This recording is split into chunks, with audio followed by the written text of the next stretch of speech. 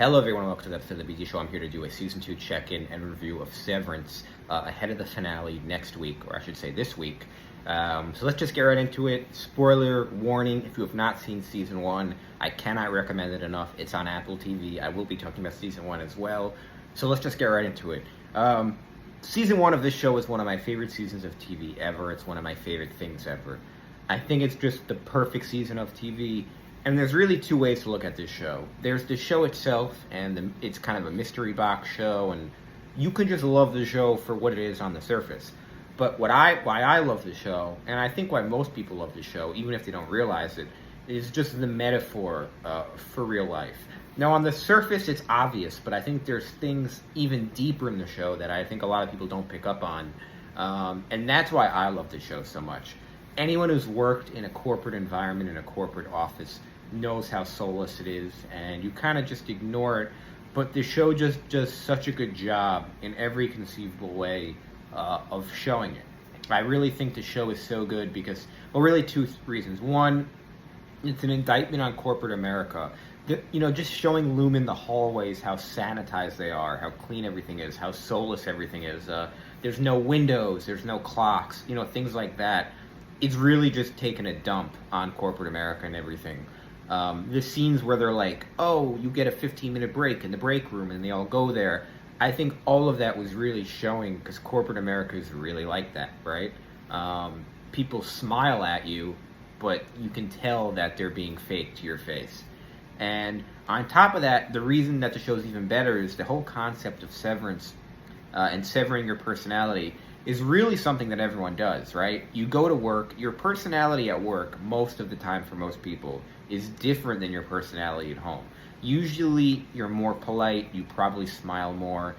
If you're someone who curses, you probably don't curse. If you're someone who jokes around, you probably, or maybe you joke around, but more politically correct jokes, right? If you're someone who's always talking about politics, you probably don't talk about politics at work.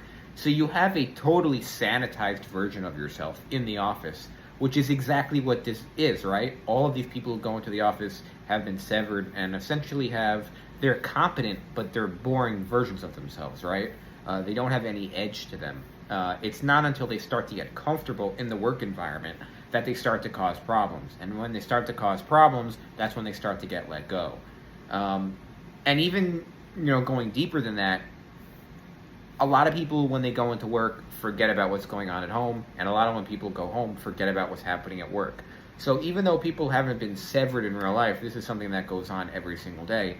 And even to the point where what's interesting is, no matter how many times you tell your friends or your family or anyone what you do at work, they really will never know, right? They'll never be able to really, you can show them a picture of your office, but they'll never really be able to actually see you in action doing work. And for a lot of people, no matter how many times they tell you what they do, you kind of honestly have no idea what the hell they do, right? They kind of just say a bunch of words and you're like, I have no idea what that means. So that's what's also good about this show is when people head into the office in this show, their spouses don't know what they do. But in real life, that's kind of the same thing, right? Even if, unless you have like a very straightforward job, like, hey, I'm a truck driver, or I work as a cashier, or like even a job like that, you still don't know what's really going on or how your spouse acts there. So even in real life, you're someone in the dark.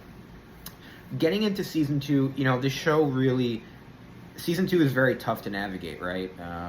Which way they go in. How far do they want to go? Bigger picture to the rest of the world. What is Lumen? Is Lumen the biggest company in the world?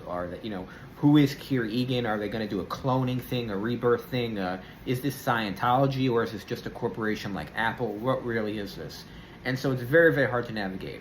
I don't like season 2 as much as season 1, but I wasn't expecting to, because I like the less and less you know. The more you know, I think it's harder to keep a show as good. When you look at Lost, right? My favorite part of Lost is, I think the show peaked, is when they're on the island in season 1 and they see the polar bear. To me, that's the peak of the show, because you're like, where the hell are we? How did a polar bear get here? It's at that moment where I'm like, truly anything is possible. Once you get deeper into the show of Lost, spoiler warning, and you meet the others and you start to realize what the Dharma Initiative is, you're like, okay, this show is still good, but it's not nearly as mysterious as it once was. And you know,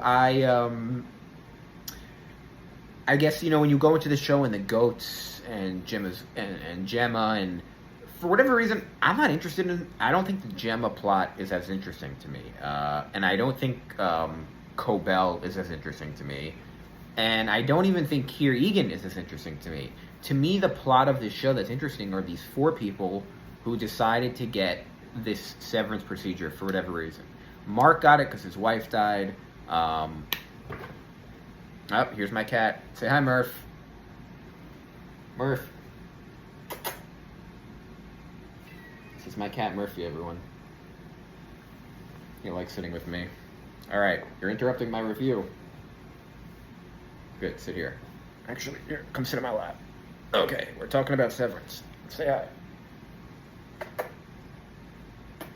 Say hi, Murph. Okay, back to the review. So the reason I like the show is because Mark, like I said, Mark's wife died, and then Zach Cherry, why am I forgetting his name? Dylan, you know, he kind of had been struggling to keep a job, and John Turturro's character, you know, I guess we don't really even get a reason for him, and then Helly obviously is Negan. But I think it was just interesting to see regular people come together and do this. You know, I don't think the Gemma storyline is really necessary. I know that might be a bit of a hot take. But I think Gemma, you know, I think honestly them kind of, one of the most messed up part of the shows was how they severed Gemma into like a million different fractions. And she is essentially, has versions of herself that only experience a dentist, right? She is a version of herself that only experiences Christmas. And she's just writing Christmas cards over and over on repeat. Say hi, Murph. Say hi, Murph. Hello. And so basically, trying to keep, he's distracting me. So I thought that was really, really messed up. That was tough to watch, especially the dentist scene where she basically just gets severed and only watches the dentist over and over, or only goes to the dentist over and over.